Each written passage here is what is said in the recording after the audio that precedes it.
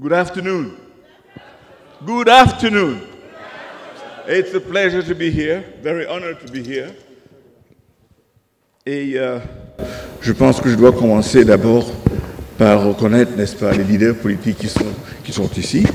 Et un bonjour particulier à mon jeune frère et grand ami Serge, qui m'a fait l'honneur de me convenir à cette assemblée. Je ne suis pas d'un parti politique. Je suis de la société civile.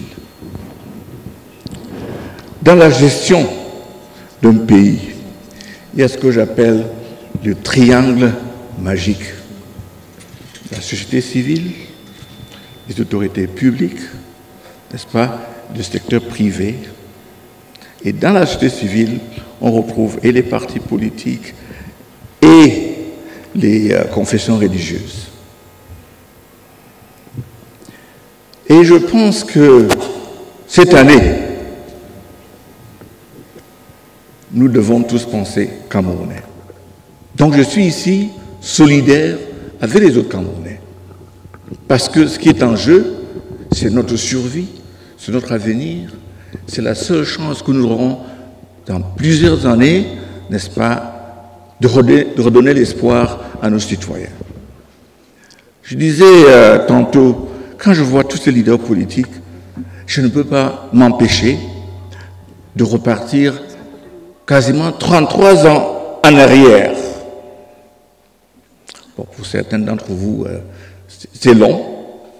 Quand vous regardez que le président qui est là aujourd'hui, si vous avez 8 ans, quand il est devenu président, aujourd'hui vous en avez 50. Ça veut dire quoi? Vous avez fait l'école primaire, secondaire, l'université, vous êtes marié, vous avez eu des enfants, et vous êtes à 5 ans de la retraite. Vous voyez donc ce que nous avons aujourd'hui comme population. Ce sont des personnes et des citoyens qui ne connaissent pas mieux, qui sont dans un système qui a réussi à les doper, qui ne connaissent pas qu'ils ont un rôle à jouer comme citoyens. Et j'ai parlé de 33 ans en arrière parce que je parle de 93. Nous sommes passés à côté de la plaque. Nous étions à 2 doigts de donner une chance à notre pays. L'opposition tout entière était en mesure d'avoir au moins 116 députés à l'Assemblée, mettant le parti au pouvoir, la minorité. Mais au lieu de regarder l'avenir et le sort des Camerounais, nous avons regardé nos ventres. Vous savez, je dis ceci parce que nous sommes encore nous sommes à cette carrefour où nous sommes tous interpellés. Je ne pense pas que j'aime le pays ici plus que Serge ou plus que mon ami et frère, le président Elie Bilobé que je vois dans la salle. Je ne pense pas. Je pense que nous avons la même quantité d'amour, nous autres, pour ce pays. Mais pour ceux qui sont aux affaires, je dois me poser des questions. Est-ce qu'ils aiment vraiment ce pays? Ce que nous voyons tous en matière de vol, en matière de nature cavalière, de traiter les citoyens. Nous avons suivi tout un ministre qui ment au premier ministère sur les travaux accomplis dans un de nos départements. Il était le modérateur qui était là pour l'interpeller. Voilà où nous en sommes. Nous en sommes où la Chambre des comptes dit qu'on a volé, on ne fait rien. Nous en sommes où les juridictions étrangères condamnent nos responsables pour complicité. Il n'en est rien. Alors je me repose la question, est-ce que les gens-ci aiment notre pays? Les ordures, on est champion. Le vol, on est champion.